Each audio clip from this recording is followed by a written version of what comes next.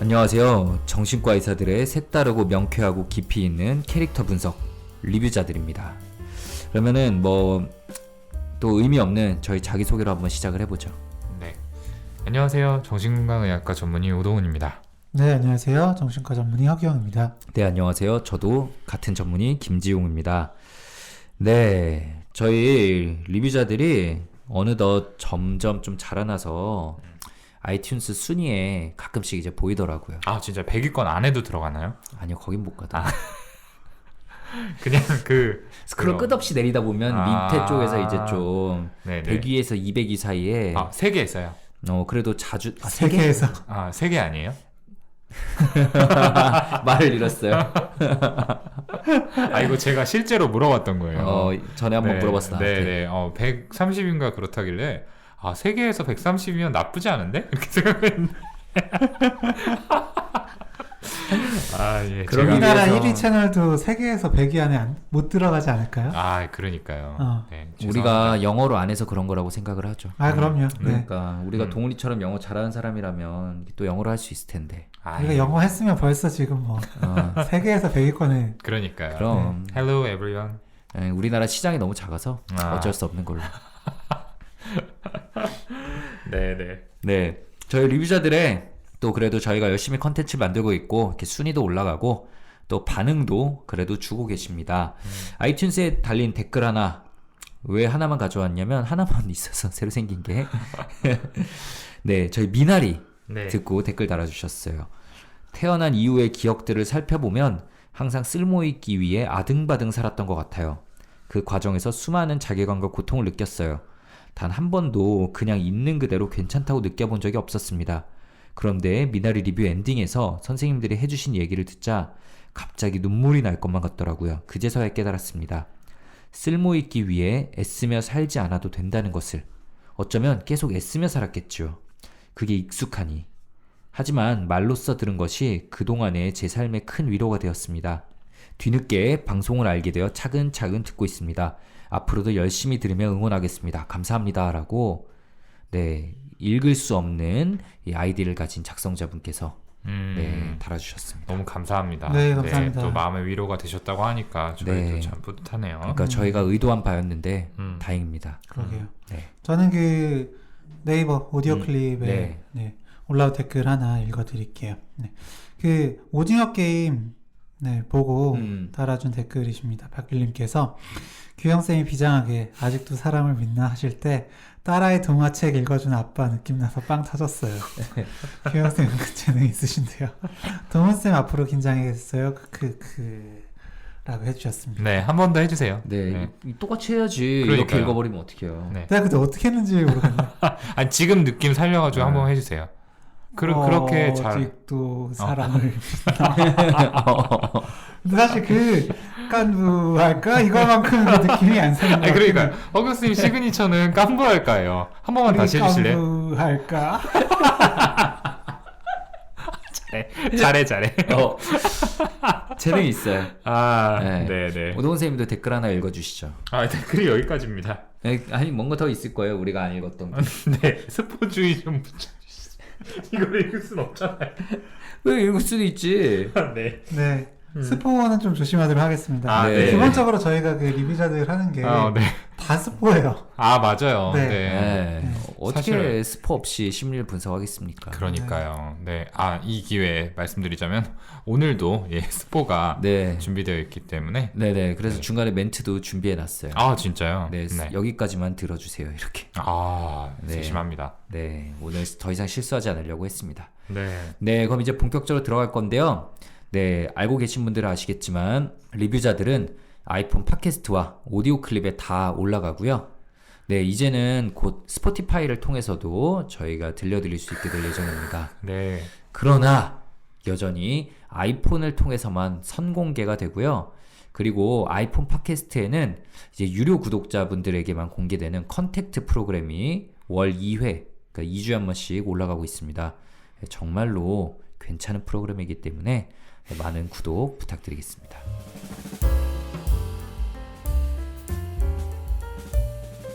네, 그럼 이제 본격적으로 시작해보죠. 오늘의 영화는 뭐죠?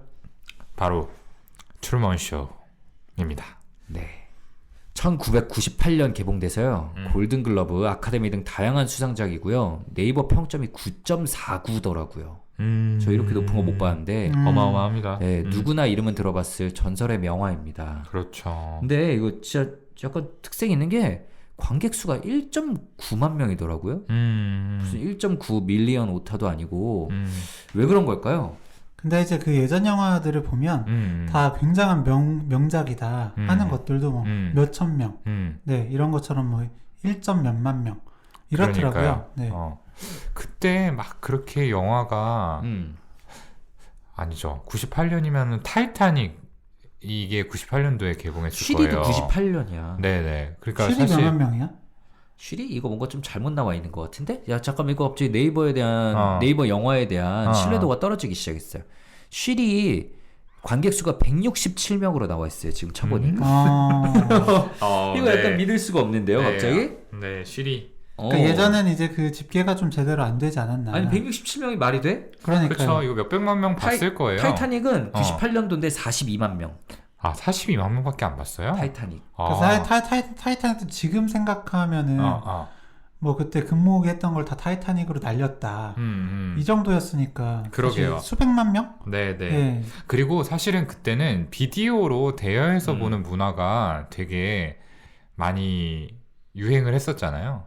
그러니까 그렇게 접하시는 분들도 많았을 것 같고요. 쉬리는 전국 관객 582만 명이었다고 하네요. 그러니까. 근데 어쨌든 트루먼 쇼가 굉장히 영화 흥행이 안 된 건 맞는 것 같아요. 왠지는 모르겠지만요. 근데 그 왠지에 대해서도 저희가 오늘 조금 이따가 더 깊은 심리를 한번 좀 얘기를 해보죠. 어쨌든 트루먼 쇼 전설의 명화를 저희가 봤는데요. 각자 좀 감상이 어땠는지 한번 얘기해보죠. 네. 아, 저는 이게 진짜 명작이다. 이거는 심리에 대해서 얘기해 볼 게 많다.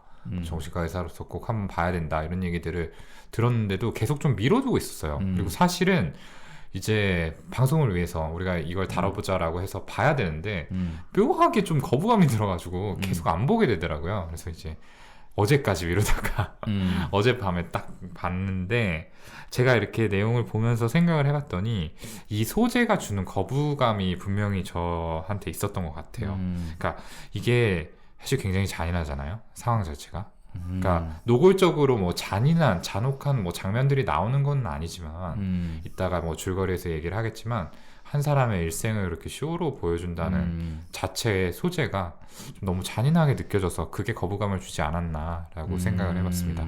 이런 것도 왠지 관객 수에 좀 영향을 미쳤을 수도 있을 것 같아요. 근데 관객 수 보니까 한국에서 서울 관객 30만으로 당시 단일 극장 체제이던 시절에도 꽤 성공한 편이래요. 아, 네이버 영화가 제정신이 아니군요. 1.9만 명은 조금 너무 적다라는 네. 느낌이었는데 그러니까 타이타닉이 만약에 정말로 42만이고 이게 네. 30만이 맞다라고 하면은 꽤 이것도 상당히 많은 성공한 사람들이 영화인 거죠. 네, 네이버 관계자분 듣고 계시면요. 네, 이거 좀 수정해 주세요.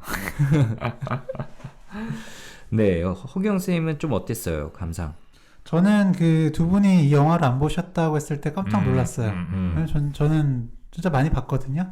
쇼생크 탈출만큼이나 그러니까 트루먼 쇼를 이제 처음부터 딱 각 잡고 보진 않지만 중간에 나오면은 꼭 끝까지 보는. 아, 그렇군요. 네. 끝 장면을 되게 너무 보고 싶어서 네, 항상 보는 그런 영화였습니다. 마치 윤희 선생님이 위대한 개츠비를 10번 이상 읽은 거랑 비슷한 느낌이네요. 그쵸. 둘이 좀 비슷한 색채가 있다 싶었더니 여기서 또 드러나는 거예요. 그러네.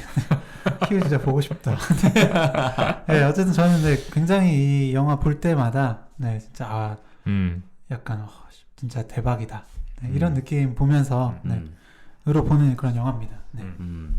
정말 대박이었다는 말밖에. 아, 맞아요. 진짜 명작은 명작이더라고요.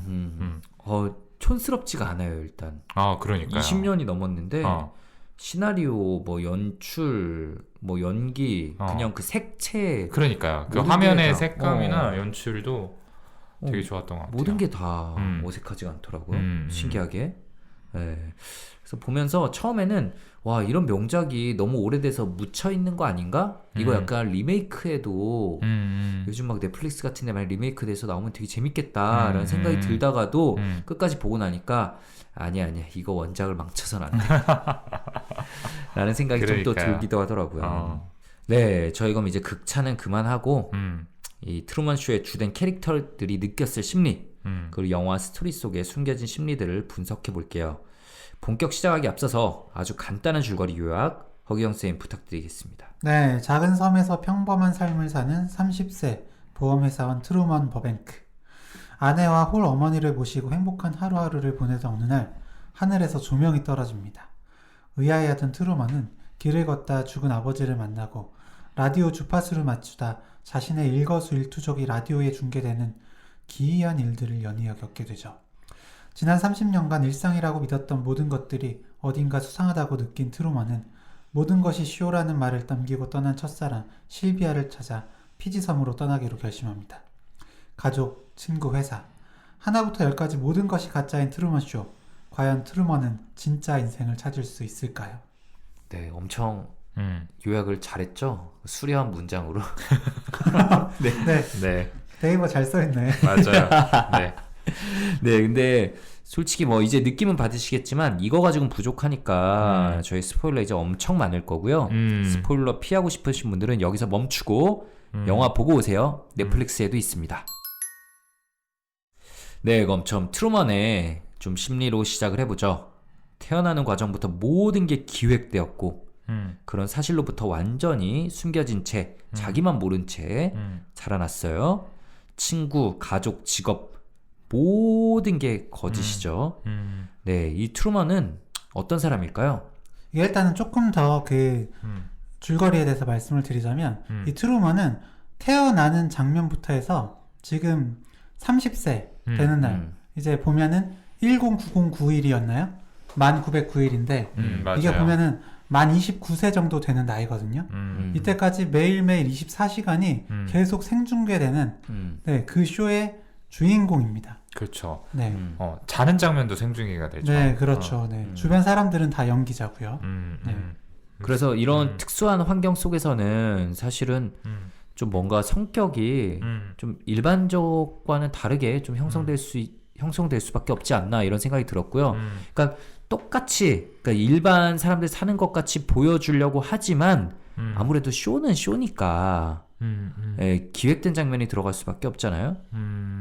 그렇죠. 네네. 그래서 트루먼의 거기 성격 좀 독특한 게 보면은 굉장히 좀 약간 지나치게 친절한 거 아닌가? 라는 모습들이 있어요 보면은. 예, 다 양보하고 저는 뭐 바쁘지 않아요 먼저 가세요. 아 맞아요. 출근하는 장면에서. 그쵸. 네.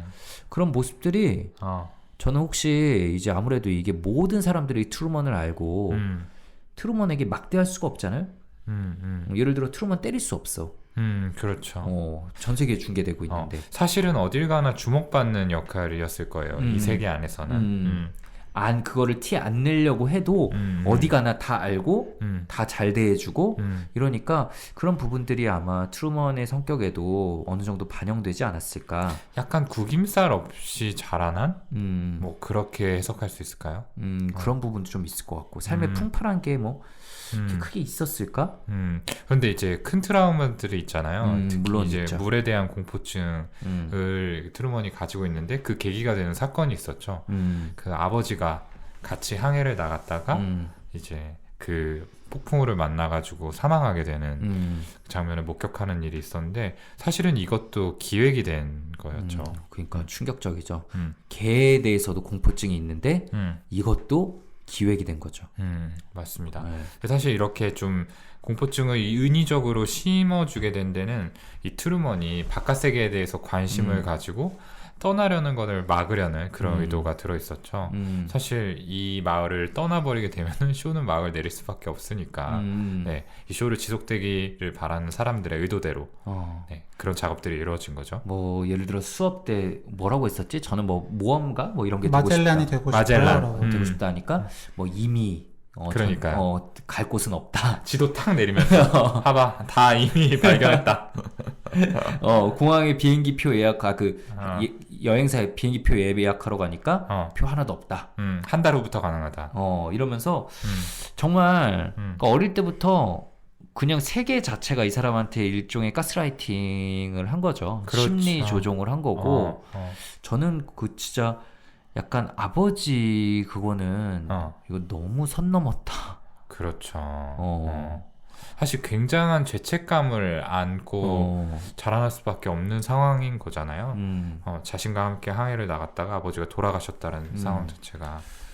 네. 근데 이제 저는 그 다 양보하는 모습이나 친절한 모습이 사실은 그 남들이 풍파가 없고 남들이 잘하면 오히려 더 스포일드 돼서 막 할 수도 있잖아요.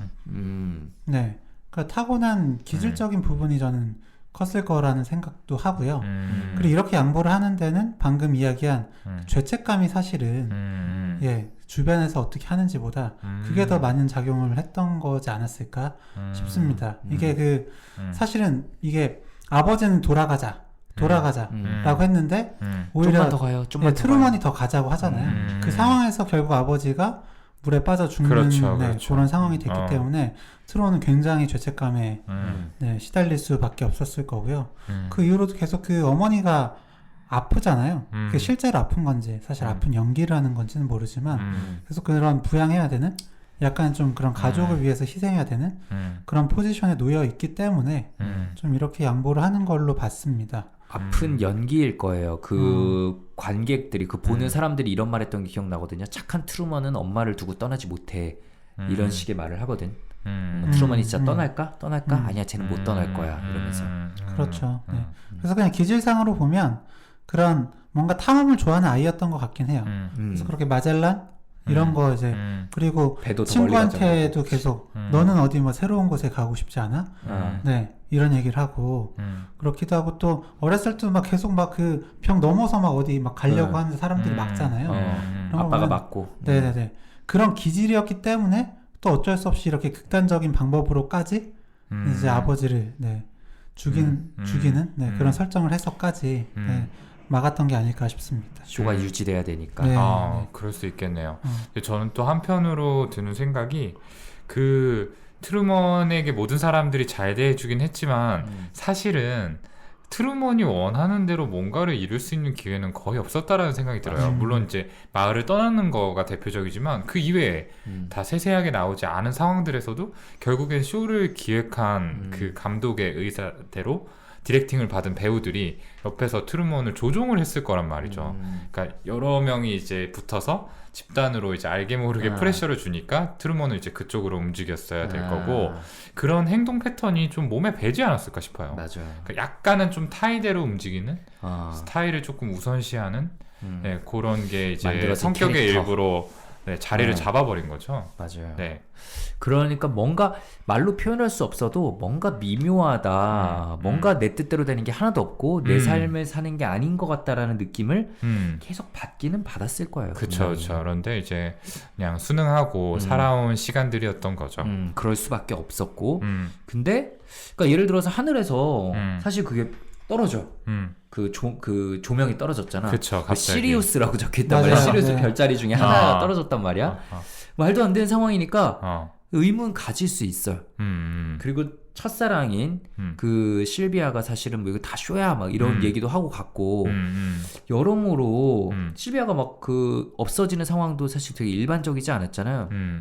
그런 상황들에 뭔가 미묘한 불편감을 느끼면서도 그냥 그러려니 하면서 수능적으로 사는 뭔가가 있었던 것 같아요. 네. 그쵸. 근데 사실 그걸 의심하는 게 정말 말도 안 되는 일이긴 어려운 하지만 일인 것 같아요. 그쵸. 그리고 방송에서나 이렇게 바로바로 설명을 해주잖아요. 네, 이런 문제가 있었고 안심하셔도 된다. 그치. 네, 라거나 실비아가 이제 그 갈 때도 우린 피지섬으로 갈 거고 얘는 사실 조현병 환자다. 네. 이런 식으로 얘기를 하니까 네. 아 얘가 진짜 이상한 얘기를 하는 건가? 그러니까 뭐 뭔가 의심을 할 수도 있지만 네, 확신을 가지기는 어려웠을 것 같아요. 네. 그렇죠. 네. 근데 대박 사건이 터지죠.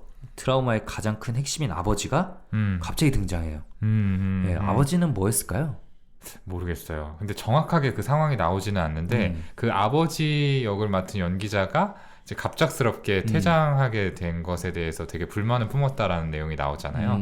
그래서 그냥 갑자기 다시 약간 난입을 하신 건가? 라는 생각도 좀 들고요. 맞아요. 그러니까 저도 이 영화를 처음 봤을 때는 아버지가 짐 캐리한테 그 트루먼한테 뭔가를 좀 알려주고 싶어서 이렇게 왔구나. 저는 좀 그런 생각이 들던데. 도와주려는 마음이었구나 라고 했는데 이거 보면 볼수록 결국 나중에 다 같이 손을 잡고 트루먼을 찾으러 다니는 장면 있잖아요. 거기서 보면은 아버지가 뭐 굳이 트루먼 편이 아니에요. 맞아요. 네, 그냥 똑같이 그냥 다 연기자의 편에서 내가 불러볼게. 뭐 이렇게. 다시 이제 그 마음을 돌려서 이 쇼를 계속 하려는 그런 연기자의 마음이 좀 더 보이더라고요. 맞아요. 그럼 전 세계에서 한 번에 주목을 받는 그 순간을 위해서? 글쎄요. 근데 거기서 딱 등장한 다음에 트루먼을 쳐다보고 있는 표정이 되게 약간 애잔하게 그러니까 그렇게라도 해서 뭔가 좀 잘 이게 장면이 나오면 자기가 다시 쇼에 복귀할 수 있을 것이다. 그 감독이 뭐라고 하든 간에 그냥 일단 나는 변수를 던진다, 저질러 버린다. 아니면 진짜로 약간 복수심에 네. 갑이 날 퇴장시켜? 화가 나서 그랬을 수도 있고요. 저는 처음에 저도 이제 트루먼을 위한 게 아닌가 생각을 했어요. 그러니까 어쨌든 자기 존재를 보여버리면 거기서 내가 무슨 말을 하지 않아도 뭘 하지 않아도 그냥 말 그대로 트루먼은 이 세계에 대한 자기의 생각이 깨져버릴 수 있는 거고 의문을 품을 것이다. 한번 딱 균열이 생길 수밖에 없을 것이다. 그 다음에 자기가 어떻게 뭐 변명을 하고 뭘 해도 라는 생각이 좀 들기는 했었는데 정답은 역시 근데 사실 트루먼은 아버지가 사라진 게 이 세계가 아버지를 숨겼다고 생각을 하진 않았었거든요. 그래서 아버지가 사실 나타났다고 하더라도 실종됐던 아버지가 나타났구나 정도로 생각을 하지 이 세계가 뭔가 잘못됐다 이렇게까지는 생각 못했을 거예요. 그러게요. 근데 저는 그때부터 약간 어쨌든 간에 균열이 확 시작됐다고 생각을 했어요. 아버지의 등장으로 모든 거에 대해서 의문을 가지기 시작하고 예를 들어서 아빠가 그렇게 등장했는데 어머니한테 얘기를 했을 때 어머니의 반응도 너무 어색하잖아요. 일반적이지 않잖아. 부자여서 되게 빨리 그 이야기를 닫아버리려고 하는. 사실은 엄마야말로 어쨌든 간에 말도 안 되는 일일 수 있지만 엄마도 그런 얘기를 들으면 당연히 어느 정도 감정적으로 흔들리고 뭐 이런 모습을 보여줘야 되지 않겠어요? 그렇죠. 근데 그냥 딱 닫아버리는 모습들 이런 것들이 그 뒤에 일어나는 연쇄 변화들 다 트루먼에게 뭔가 영향을 미치지 않았나 좀 생각을 했었습니다. 그러니까 사실 그렇게 끌려가는 모습이 더 의심하게 만들었죠. 그러니까. 네. 아버지의 등장 자체보다도. 맞아요. 그것뿐만 아니라 이제 곳곳에 빈틈 아까 우리 말한 것처럼 시리우스 떨어지고 비가 막 극도로 국서적으로 오고 트루먼 위에만 이렇게 떨어지는 자기 움직이면 비도 따라오고 라디오도 막 동선을 이제 막 자기 가는 거 중계하고 왜 이런 빈틈 말도 안 되는 빈틈들 세계 1개 나라에 예산이 들어가는 쇼인데 이거 왜 이럴까요 대체? 아무래도 이게 아무리 철저하게 기획이 되고 움직인다라고 하더라도 결국엔 사람에 의해서 굴러가는 거잖아요. 그러니까 실수라는 게 전혀 없을 수가 없겠죠. 네, 분명히 그럴 거라는 생각도 들고 그 처음에 허경쌤이 얘기한 것처럼 1만 일 넘게 쇼가 진행이 되어 오다 보니까 사실 뭐 사람들이 좀 매너리즘에 실제로 좀 많이 빠져있는 듯한 모습들이 있죠. 뭔가 이렇게 탁 늘어져가지고 그 쇼를 어떤 준비하는 엔지니어들도 좀 나태한 모습들도 보여지고 그런 문제들도 있지 않았을까라는 생각이 듭니다. 맞아요. 인재 아니었나. 그렇죠. 네.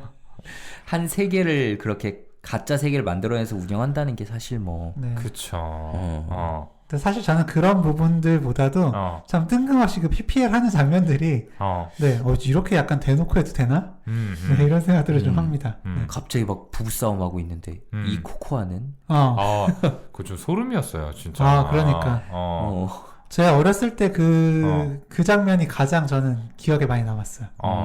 네. 거의 약간 울먹이다시피 PPL 하는 그 장면이. 그 연기자도 얼마나 당황스러웠겠어요. 뭐 그 입장도 이해는 가는데 근데 그걸 보는 순간에는 조금 역겹다라는 생각이 많이 들더라고요. 어쨌든 눈앞에 있는 이 트루먼이라는 존재도 하나의 사람인데 이 사람의 마음이 어떨지는 전혀 생각하지 않고 나한테 주어진 그 광고 미션만을 다 하면 된다라는 게. 그러니까 사실 이제 이게 뭐 영화니까 이런 음. 그 뭐라 그럴까 이런 배경이 허락이 되는 거겠지만 이런 설정이 그 와이프 입장에서 생각을 해봐요 한번. 일단 당연히 자기는 이제 전 세계적인 대스타야. 근데 그 사람이 그걸 통해서 얻는 게 뭐가 있어요? 거기서 계속 살고 있어야 돼. 현실 세계로 돌아가서 거기서 막 예를 들어서 이번에 오징어 게임 찍고 나면은 대스타들이 됐어요. 그럼 이제 리워드가 따라오잖아. 돈도 오고 그걸 바탕으로 자기 삶을 진짜 자기 삶을 부유하게 할 수 있는데 그 사람들은 자기 삶으로 돌아가지를 못해. 언제나 좀 스탠바이를 하고 그러니까 있어야 되는 계속 거구나. 부부로 같이 살고 있어야 되고 자기 삶이 다 나가니까 자기도 편안한 게 없고 예를 들어서 자기도 뭐 좀 돈 받는 걸로 돈 쓰고 싶어도 자기 설정은 여전히 간호사이기 때문에 돈도 적당히 버는 정도로만 거기서 계속 있어야 되는 거지.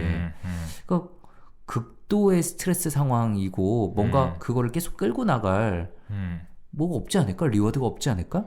근데 반대로 리워드가 없다면은 그 사람들이야말로 사실 쇼에 남을 이유는 없을 것 같거든요. 그러니까. 네. 분명히 뭐 영화에서 묘사되지는 않았지만은 엄청난 뭐 부와 명성이나 이런 것들이 있지 않겠어요? 그러니까 있어도 그거를 이 사람은 언제 쓰냐는 거지. 이게 평생 이제 나오면. 저는 그거를 뒷부분에서 얘기를 하고 싶었는데 사실 이 사람들한테는 리얼 라이프라는 게 없어요. 사실 여기가 리얼 라이프지 않겠어요? 진짜로. 사실 그 비율로 봤을 때 뭐가 리얼 라이프겠느냐 했을 땐 트루먼뿐만 아니라 이 베프인 친구라든지 아내, 어머니 다 이 쇼에 그냥 사는 사람들이잖아요. 네, 뭐 지시만 받을 뿐. 누구는 지시를 받는다는 걸 알고 누구는 이게 조작된 걸 모른다는 것 그 차이일 뿐이지 똑같이 그냥 그게 전부인 그냥 사람들이란 생각을 했습니다.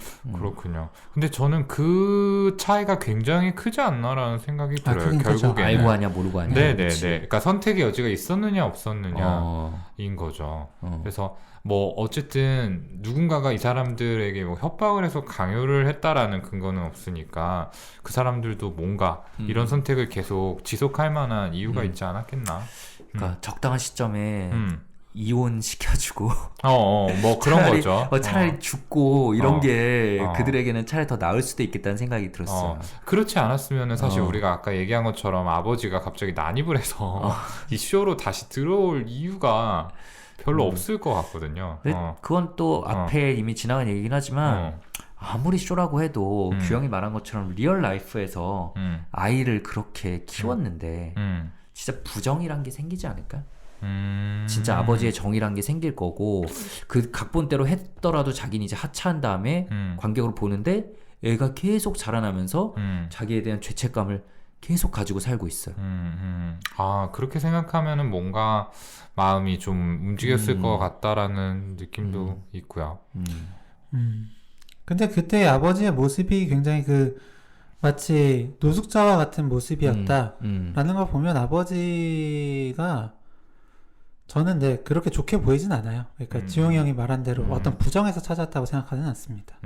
네, 그러니까 굉장히 생활고에 시달리고 있었고, 네, 그런 뭔가 힘든 상황에서 다시 돌아가고 싶은, 다시 스포트라이트를 바꿔 일하고 싶은 마음이 컸다고 봐요. 네. 어쨌든 영화의 설정이니까 다 허용되는 거지만 이게 이런 설정이란 게 세상에 없잖아요.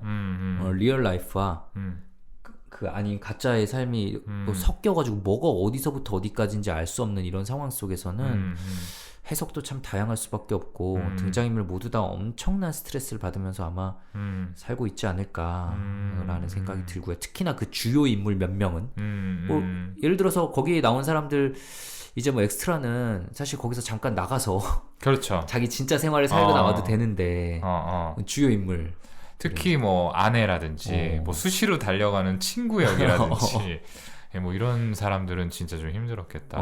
그래서 이제 영화 앞부분에 그 두 사람은 인터뷰 장면이 나오잖아요. 그래서 이게 곧 제 삶이에요. 뭐 진짜 삶과 뭐 경계가 없어요. 뭐 이런 얘기도 했던 것 같아요. 그 아내 역 배우가. 맞아요. 하긴 딱 그들이 나와서 얘기를 하네. 네.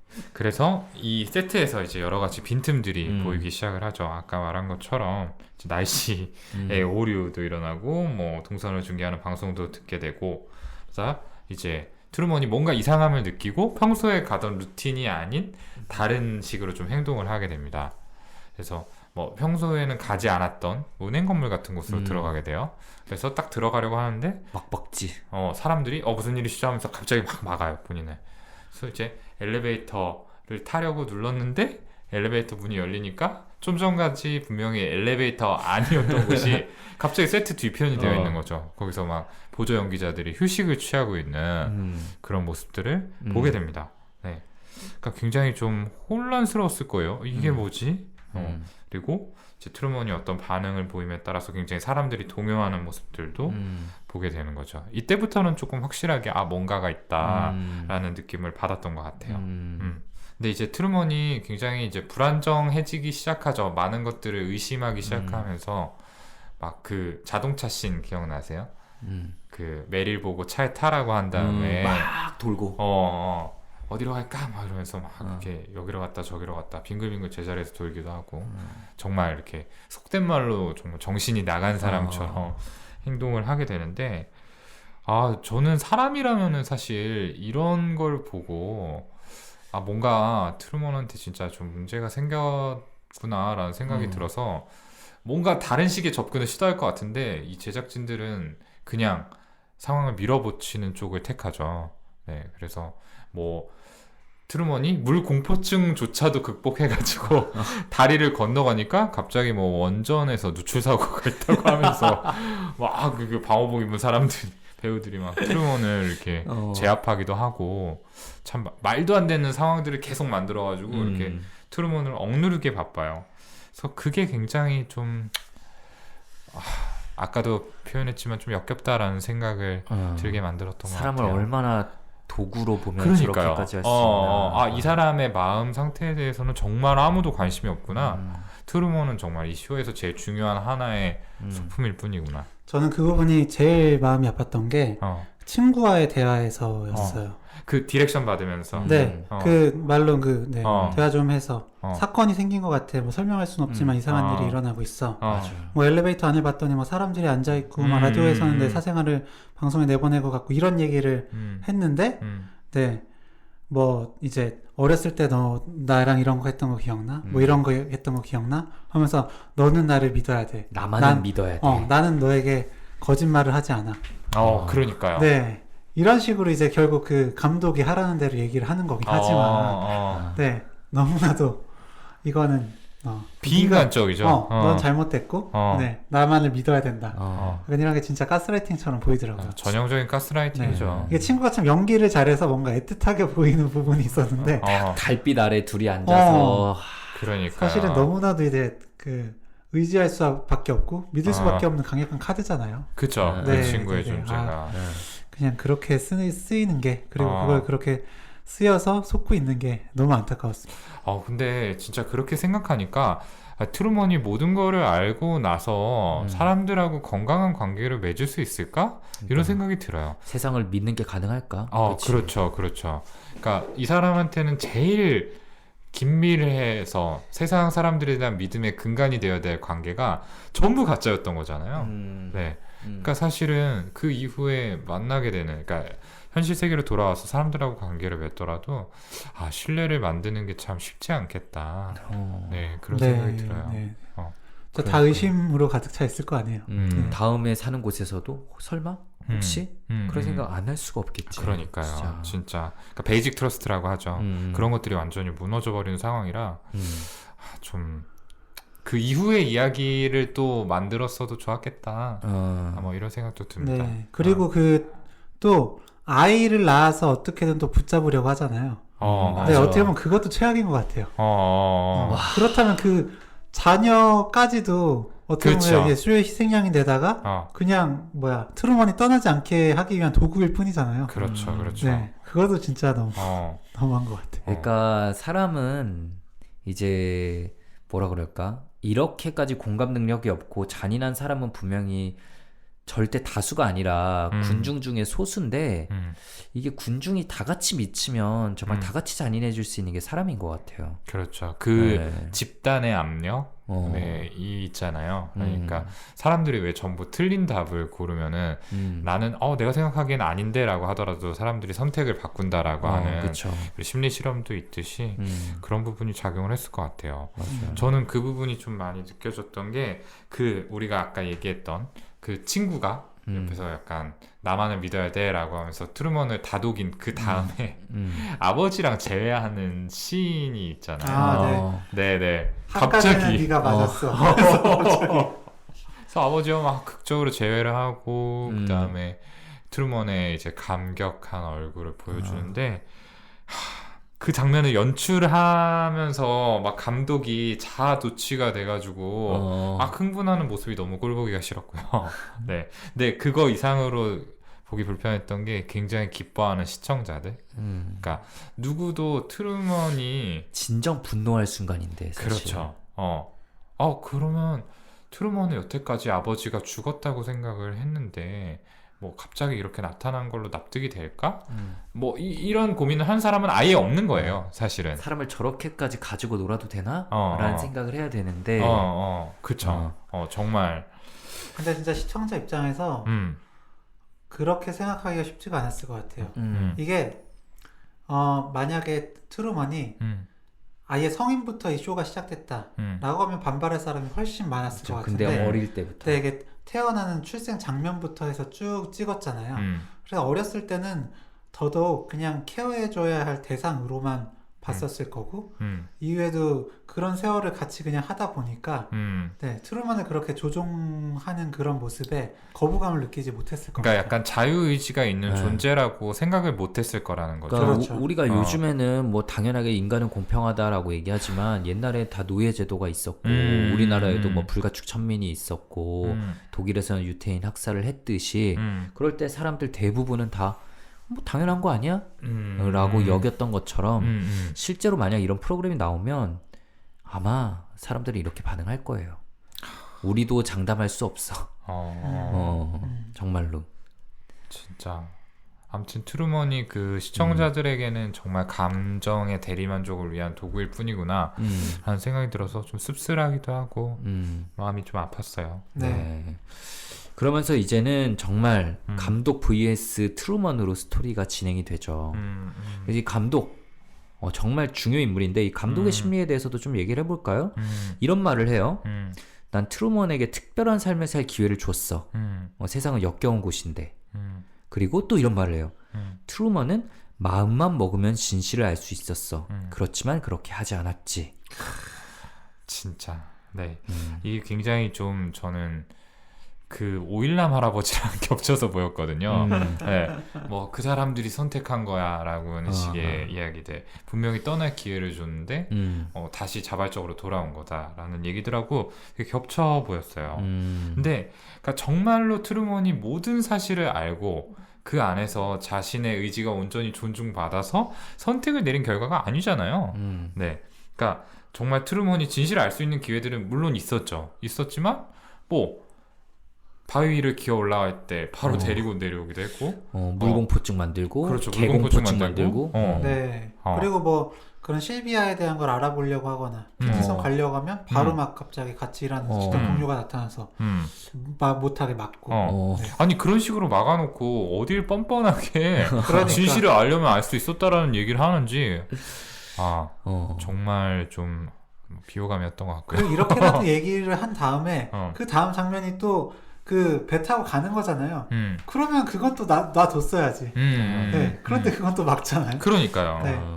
그러니까 결국 정말 이 사람도 약간의 죄책감도 느끼기 싫고 사람들이 자기를 공격하는 것도 싫어서 그냥 자기 합리화 엄청난 변명을 댈 뿐이고 그런 것 같아요. 네. 근데 결국에는 이 감독에게 중요한 거는 한 사람의 인생을 내가 설계해서 내가 그린 그림대로 그 사람이 살아가고 있다는 그 어떤 전능감이 아니었을까라는 생각이 들거든요. 달에 사는 것부터 그래.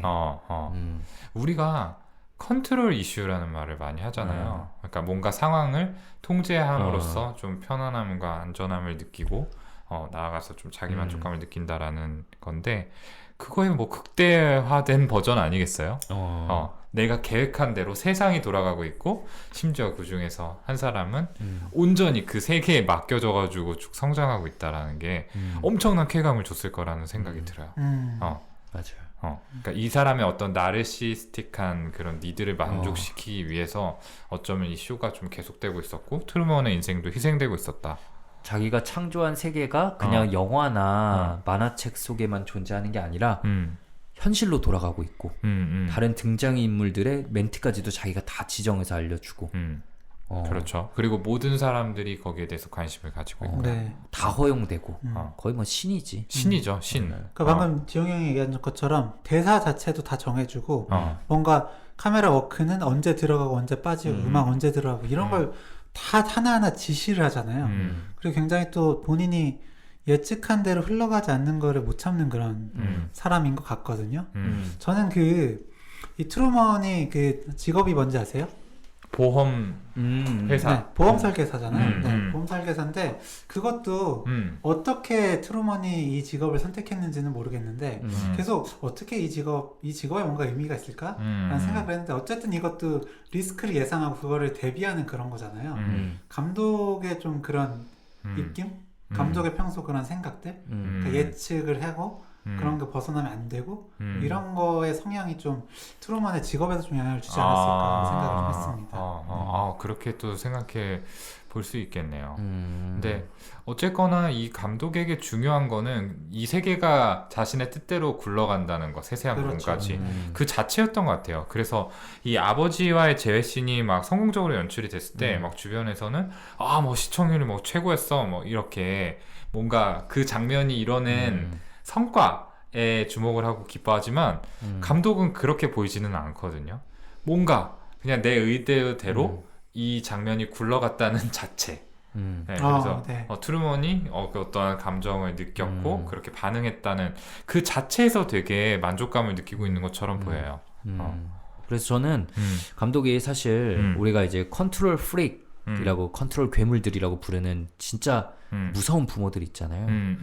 저 오늘도 진료실에서 정말 대단한 부모님 한 분 얘기 들었는데 뭐 여기서 얘기할 순 없지만 정말 말도 안 되는 그런 통제적 부모와 좀 마찬가지라는 생각이 들었어요. 그러니까 이 감독 입장에서 한번 생각을 해보자면 어쨌든 나름대로 꽤 큰 정이 저는 들었을 거라고 생각을 해요. 자기가 몇십 년 동안 만든 캐릭터인데 어떻게 정이 안 들겠어요. 정이 안 들. 근데 사람 대 사람이 아니라 그 주체성이 없는 내 도구로 보는 듯한 모습이 이게 진짜 통제적인 부모들이 자녀를 대할 때 그런 거잖아요. 나는 진짜 엄청 사랑하지만 결국 내가 원하는 방향대로만 가야 되고 그렇지 않을 때는 내 통제가 유지 안 되는 거는 도저히 용납해주지 못하는 자녀의 안위보다 내 통제 유지하는 게 더 중요한 그런 사람들의 모습이 겹쳐서 이제 떠오르더라고요. 그런 분들이 계시죠, 현실에서도. 네. 그리고 이게 굉장히 그런 통제적인 부모랑 비슷한 게 이 사람이 이야기를 하는 것도 이건 내가 원해서가 아니라 나는 너를 잘 알고 네가 잘 되려면 이렇게 해야 돼. 너는 되게 두려운 게 많은 아이고 그렇기 때문에 못 떠날 거고 이렇게 하는 게 너한테는 옳은 선택이야. 이런 식으로 선택을 강요하잖아요. 너를 위한 거라면서. 사실은 그럼 본인의 뭐 어떤 목적을 위해서인데도 불구하고 사실 그렇죠. 그 부모 자녀 간에서도 그런 경우가 굉장히 많습니다. 사실 아이는 이걸 원하고 이걸 하고 싶어 하는데도 불구하고 부모가 봤을 때는 이게 맞는 길이라면서 너는 이걸 해야 돼. 왜냐면 네가 행복해지려면 이걸 해야 되니까 라면서 강요를 하시거든요. 맞아요. 네. 그런 경우 진짜 무수히 많죠. 네. 그래서 사실 이제 이 트루먼이 배를 타고 떠나고 어느 정도 성공을 하잖아요. 그래서 그 상황에서는 분명히 이미 글렀고 어떻게 대처하기 글렀고 그래서 막 일단 뭐 방송 중지하라 그러고 윗선 사람은 어떻게 대처를 해야 될 텐데 그 상황에서 이 감독은 막 나가죠. 폭풍우를 강하게 하라. 최고치로 올려라. 네, 그런 얘기들을 하죠. 근데 딱 처음에 딱 얼굴 클로즈업해 하면서 영웅의 얼굴이야 하면서 되게 좋아하잖아요. 그 어떤 심리인 것 같으세요? 그래봐야 내 손바닥 안에서 놀겠지. 귀엽네? 이런 마음 아니었겠어요? 네. 그런 것 같아요. 내 예상대로 하는구나. 또 어떤 뭐 시청률 되게 끌어올릴 만한 포인트네. 근데 결국에는 내가 다시 돌아오게 할 수 있어. 요런 마음이겠죠? 근데 네. 이제 폭풍우를 이제 강하게 하라고 하는 데 있어서는 이제 처음에 그렇게 생각했던 거에서 이제 트루먼이 점점 더 선을 넘으려고 하니까 자신이 이놈 봐라, 생각하는 이놈 봐라. 그러니까요. 그러니까 굉장히 이제 분노와 두려움이 섞여 있었을 거라고 생각해요. 자기가 만든 세계가 깨질 거라는 두려움, 그리고 내 권위에 도전하는 이 트루먼이라는 존재에 대한 분노. 그러니까 사실은 한편으로는 뭐 될 대로 되라 정말 죽어버려라라는 마음이 그치. 있었을 거예요. 이 사람도 이성을 잃은 거야. 그쵸, 어느 그쵸. 순간부터. 그 순간에는. 그 사실 이 사람이 자기 목소리 그냥 아예 드러내놓고 트루먼한테 말 거는 거 자체부터 완전히 이성 잃은 거잖아요, 사실은. 프로그램 생명 끝난 거지. 거기서 트루먼이 만약 아 그렇군요, 다시금 돌아가겠습니다라고 돌아오면 그 쇼가 의미가 있겠어요? 그러니까요. 전 세계 사람들 누가 보겠어요? 어. 그러니까 완전 이미 끝난 건데 거기서까지도 너 내 말 들어 돌아와라고 하는 거는 그냥 완전 이성을 상실하고 자기 통제권을 유지해야 된다는. 그러니까요. 자기의 세계를 그냥 어떻게 해서든 지키고 싶은 네, 그냥 그 마음이 반영이 된 거겠죠. 그렇죠. 그러니까 저는 감독 본인의 리얼 라이프가 이 순간 깨지는 거라고 생각을 했어요. 네. 사실 본인이 거의 잠도 그래서 거기서 거의 뭐 숙직하다시피 하면서 살잖아요. 네. 본인 삶을 잃어버린 느낌이지 않았을까요? 아, 그러게 그 사람 그렇게 통제하려고 신경 쓰는 사람 그동안 휴가도 한 번도 안 갔을 거고 네. 자기 집에도 하나도 안 갔을 거고. 그죠. 맞아요. 네, 감독이야말로 사실 굉장히 이 이후에 좀 브레이크다운 할 수 있겠다라는 생각도 드네요. 네. 생각을 하면은 자기를 지탱해 오던 게 이 세계의 존재였는데 사실은 평생을 바쳐가지고 만들어 온 세계잖아요. 그렇죠. 트루먼이 태어났을 때부터 봤다라고 표현을 했으니까. 네. 그래요. 그래서 어쨌든 트루먼이 이제 명장면이죠. 세계의 끝에 도달을 해요. 야, 이게 진짜. 야, 진짜 제가 영화 못 봤어도 그 장면은 어디선가 봤었더라고요. 네. 예. 그때 과연 한번 상상을 해보죠. 아. 트루먼의 심리는 과연 어땠을까? 세계 끝에 왔어. 하늘인 줄 알았는데 벽이야. 그랬는데 문이 있어. 예, 문 속은 이제 암흑으로 처리돼 있죠. 그쵸. 예, 뭐가 기다리고 있을지 몰라요. 그쵸. 어떤 심정이었을까요? 진짜. 일단, 무서웠을 것 같아요. 네. 이 다음엔 뭐가 있지? 뭐가 또 기다리고 있을까? 이게 정말 끝일까? 이 다음엔 또 다른 뭐 세트가 있는 게 아닐까? 그런 생각도 들었을 것 같고요. 한편으로는 또 뭐 분노감이 일단 앞섰겠죠. 내가 예상한 게 맞았구나. 그동안 내가 정말 철저하게 기획된 세트 안에서 살았구나라는 것 확인이 됐으니까. 그치. 우리가 이제 이거 녹음 끝나고 녹음하다가 갑자기 나 화장실 너무 급해 이러고 녹음직이 막 뛰어나갔는데 밖에 갑자기 사람들이 호다닥 숨어. 그러면 갑자기 씨 정신과 의사로 길러진 3명의 인생을 중계한다. 갑자기 오동훈은 믿을 수 있나? 호구형은 믿을 수 있나? 그래서 저는 되게 기뻤을 것 같아요. 네, 트루먼의 그런 그 마젤란을 꿈꿨던 어린 그런 마음으로 봤을 때, 네, 새로운 걸 결국 발견을 해낸 거잖아요. 그렇죠. 네. 거기서는 굉장한 기쁨을 느꼈을 거라 생각합니다. 맞아요.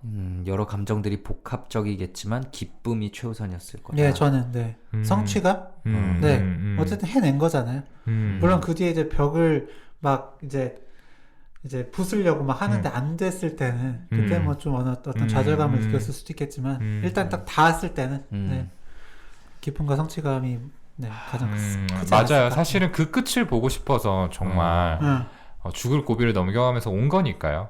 사실은 도착했다. 그리고 역시나 뭔가가 있었구나라는 거에 있어서는 뭔가 약간의 환희 같은 것들도 느껴지지 않았을까라는 생각도 들어요.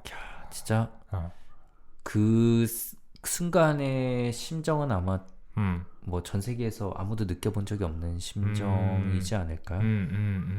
대체 어떻게 설명할 수 있을지 모르겠네, 진짜. 근데 어쨌든 거기서 또 마지막에 되게 멋있는 멘트를 남기고 나가죠. 허경 선생님 준비됐나요? 못 볼지 모르니까 미리 하죠. Good afternoon, good evening, good night 한 다음에 yeah 하고 이제 그 인사를 무대 인사를 네, 무대 무대 인사를 인사를 하고. 네, 퇴장을 합니다. 음. 이게 진짜 그 영화 꼭 안 보신 분 있으면 보셔야 돼요. 네. 여기서의 그 소름 돋고 진짜 소름. 네. 저는 뭔가 되게 감정적인 반응을 보일 거라고 생각했어요. 되게 격앙된. 뭐 그렇게 해도 이상하지 않잖아요. 당연하지. 사실. 쌍욕하고 나가도 그냥 네. 인정해야 돼. 근데 뭔가 좀 예상치 못한 대사였고. 이게 트루먼이 평소에 맨날 아침마다 하는 인사거든요. 네. 정말 저는 그 무대 인사잖아. 끝날 때 폐막할 때 안에 딱 무대 인사라고 나간단 말이야. 이제 내 삶의 일막 끝났다. 이 세계와는 진정한 안녕이다. 그동안 나는 배우였으니까. 라고 그냥 이제 배우로서의 나는 끝이다. 라고 하고 인사를 하고 나가는 너무 세련된 방법이죠. 그렇죠. 너무 세련된 방법인데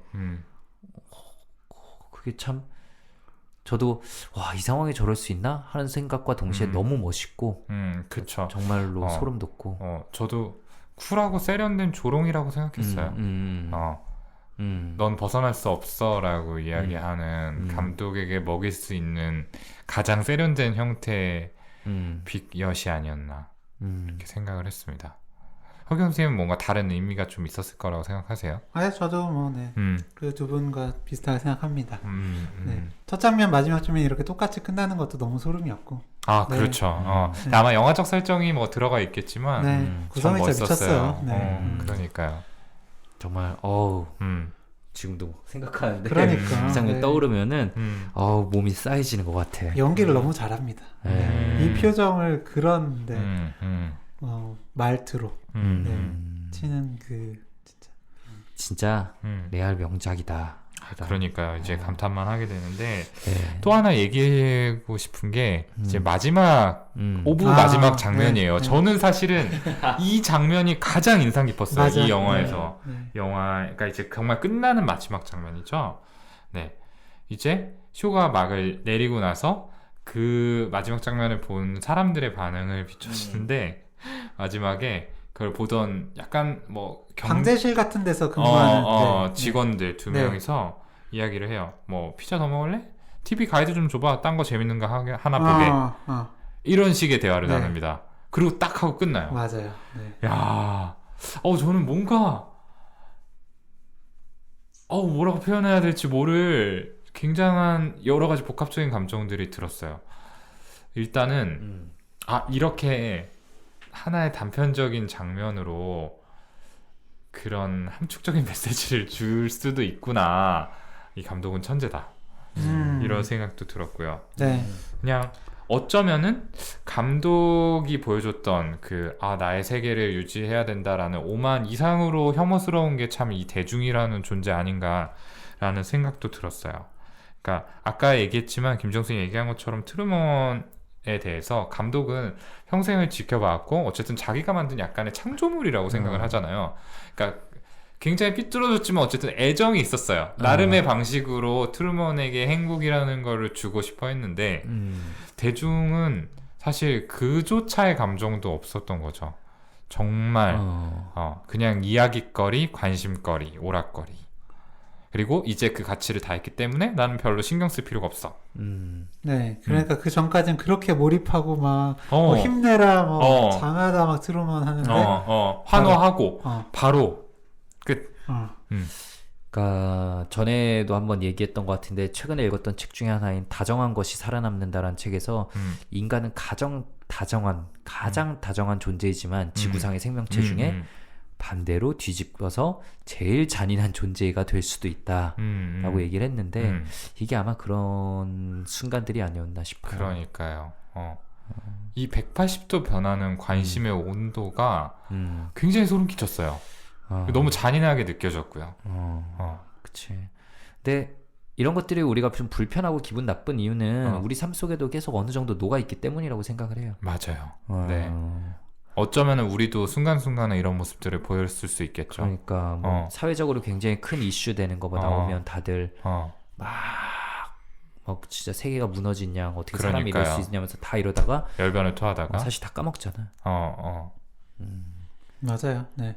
어렸을 때 봤을 때랑 지금이랑 봤을 때 가장 크게 느꼈던 부분이 바로 이 마지막 장면이었던 것 같아요. 그 전까지는 그냥 그 트루먼이 진짜 멋있게 끝내고 가네? 그것만 기억하고 있었는데 네, 요번에 보니까 진짜 맨 마지막 그 장면이 네, 킬링 포인트더라고요. 네. 진짜 미쳤다라는 말이 나오는 맞아요. 장면인데 저는 좀 전에 김재훈 선생님이 한 얘기가 되게 와닿네요. 그러니까 결국에는 제가 이렇게 되게 불편감을 느끼고 사실 영화 보면서도 계속 좀 몇 번 멈췄어요. 좀 되게 불편하더라고요. 그래서 이제 그 시간을 이용해서 어떤 얘기를 할까 좀 정리를 하기는 했는데 뭔가 좀 계속 보기에 이거 뭐지 하는 그런 느낌들이 있었는데 사실은 인간이란 존재한테 이런 면이 있다라는 거를 굉장히 적나라하게 보여주고 있고 그 속성이 나한테도 있고 님들한테도 있고 우리 모두에게 있다라는 거를 알고 있기 때문에 이렇게 좀 불편한 마음이 들지 않았나. 사실 요즘 이제 SNS에서 가끔씩 이제 주기적으로 도는 듯한 무슨 챌린지에서 다 같이 뭘 하고 막 이거 여기에 관심을 기울입시다 라고 막 하지만 사실 그게 진짜 정말로 행동으로 이어지는 경우는 얼마나 있을 거며 그거 자체를 그렇다고 또 나쁘다고 할 수는 없는데 그렇죠. 어쨌든 관심을 기울이는 거니까 참 그냥 인간이란 존재가 그냥 그냥 이 정도구나. 우리가 뭐 그렇다고 그런 이슈들에 관심을 가지고 그 순간 욱하고 이랬던 게 잘못된 거 아니잖아. 그렇지 않죠. 그러니까 나쁘다라고 얘기할 수는 없지만 나쁘다라고 얘기할 수는 없는데 그냥 참 더덥다? 정말 한순간이구나. 뭐 그런 느낌이에요. 그냥 부족한 진면목을 보여주는 것 같은 그런 느낌이라서 오랫동안 기억에 남을 것 같아. 이 끝에 몇몇 장면들 이런 것들. 그러니까요. 저 새벽이었는데도 문자 보냈잖아요. 님들한테. 미쳤다 이거. 네, 허경 쌤 계속 뭔가 끄덕끄덕하고 있는데 이 수없이 많이 영화를 돌려본 사람으로서 10회차로서 트루먼 쇼. 뭐 10회 네, 하여튼 많이 봤죠. 네, 근데 저는 그 부분 감독이 한 얘기이기도 한데 이 세상에는 진실이 없지만 내가 만든 그것은 다르지. 이 세상은 거짓말과 속임수뿐이지만 내가 만든 세상에선 두려워할 게 없어 라고 하거든요. 참 그 어느 정도의 통제와 어느 정도의 자유, 어느 정도의 거짓과 어느 정도의 진실이 네, 있는 게 삶인가. 그냥 이런 생각을 좀 합니다. 네. 그러니까 감독이 한 이 얘기가 사실이 아니죠. 진실도 있고 거짓말도 있고 속임수도 있고 네. 사실은 통제도 좀 있고 네, 자유로운 것도 있는데 어느 정도 이게 적절하게 좀 버무려져야 그게 좋은 삶인가 혹은 리얼 라이프인가 라는 생각을 했습니다. 어쨌든 이 메릴이나 이 친구나 이런 사람도 어떻게 보면 1과 3 우리가 워라벨 얘기를 많이 하잖아요. 네. 그런데 어느 정도의 어느 정도의 나의 그런 외적인 삶 이런 게 또 밸런스가 맞아야 또 좋은 삶인가 이런 생각들을 좀 하고요. 네. 이건 사실 답은 없는 거라 그냥 좀 생각을 하게 만드는 것 같습니다. 그러니까 어디까지가 내 자유의지인가 싶기도 하고 예. 어디까지가 진짜 이게 너무 헷갈리는 부분인 거야. 사실 그러니까 나는 열심히 산다고 살고 있는데 그리고 뭐 직장 외의 삶도 만들어 나간다고 할 수 있는데 그것도 사실 남들의 내 주변의 압력 어릴 때부터 뭐 부모로부터 배운 거 그리고 내 주변 친구들이 하는 거 이런 압력에 의해서 이끌려 간다면 사실 이게 진짜 내 삶인가? 근데 그걸 또 안 할 수도 없잖아. 예를 들자면 저 같은 경우는 이제 다 골프를 치라고 하니까 다 골프를 치라고 하니까 이제 레슨을 시작했는데 뭔가 계속 난 별로 하고 싶지 않은데 다 하라고 하니까 이 압력에 이끌려서 하는데 근데 또 안 할 수도 없잖아. 그러니까 그 교양이 말한 것처럼 그 균형이란 걸 과연 어디서 맞춰야 되는지는 끝없이 고민해야 될 부분인 것 같아요. 그렇죠. 근데 또 이 영화가 어쨌든 주는 메시지는 자유의지라는 게 정확히 어디까지인지는 모르겠으나 어쨌든 그게 있고 없고는 차이가 크다라는 거 아닐까 싶어요. 그리고 아무리 편안하고 안락한 삶이라고 하더라도 그 자유의지라는 거를 인식하지 않고 사는 삶은 별로 의미가 없다. 이게 진짜 내 삶인지, 어차피 온전한 내 삶이란 건 있을 수조차 없지만 맞아요. 이게 내 삶인지 내 자유의지가 반영되는 건지 한번 고민해보고 생각하는 사람과 생각 없이 사는 사람은 다르다라는 게 아마 결론 아닐까. 되게 정리 잘해줬다. 네, 제가 생각만 하고 있던 걸 정리해줬어요. 뭔가 뿌듯한데요? 네, 저희끼리만 뿌듯한 건 아니길. 오늘의 김지용 쇼의 엔딩 네. 장면은 네. 뿌듯한 김지용 군의 표정으로 네. 클로즈업해. 저는 뭐 좀 깨달은 척하네. 음악 깔아. 절친 허기요. 칭찬해 지금. 네, 오늘은 정말 소름 돋는 명작 트루먼 쇼를 가지고 얘기해봤는데요. 예, 저희의 나름 열심히 한 분석과 토크가 저희 구독자분들의 입맛에 맞으셨을지 모르겠습니다. 맞으셨을 거예요. 맛있거든요. 네. 그리고 가면 갈수록 이제 뒷부분에서 더 좀 점점 더 깊게 해서 마지막 빵 하고 좀 터트린 느낌이었는데 네, 끝까지 꼭 들으셨으면 좋겠네요. 네, 이 말을 처음에 넣었어야 되는데. 그러게. 네. 네, 그러면 저희는 다음에 또 색다르고 명쾌하고 깊이 있는 캐릭터 분석으로 돌아오도록 하겠습니다. 감사합니다. 감사합니다.